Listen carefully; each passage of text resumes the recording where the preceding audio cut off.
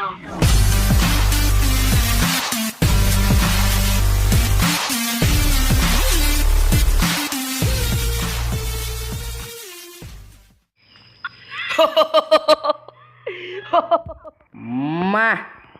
อยู่กับเกมผี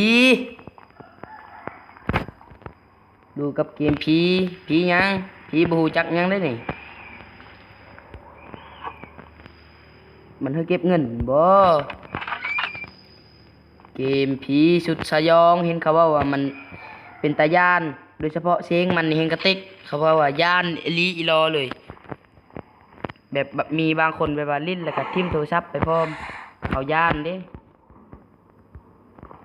ถ้าก็ลองมาลิ้นนี่มันจะเป็นเนื้อเลิกเกมนี่เก็บตาก่อนเก็บตาเก็บไปเนี่ยได้เงินชาวอันเกมมานี่ดีเจอเลยแล้วนี่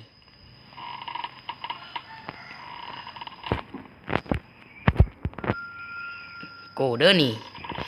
เบิ่งได้ตา3 อันเลยโอ้ยลายุนี่ปละ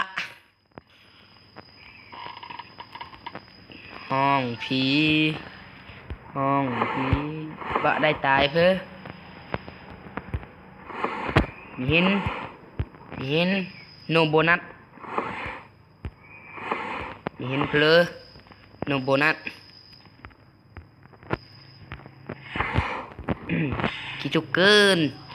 ได้เงิน1 อันเน้ยพาขึ้นนะ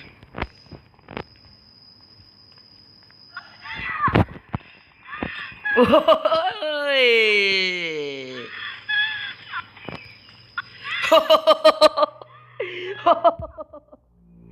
ตายแล้วเสียงพี่พี่ลึกอะไร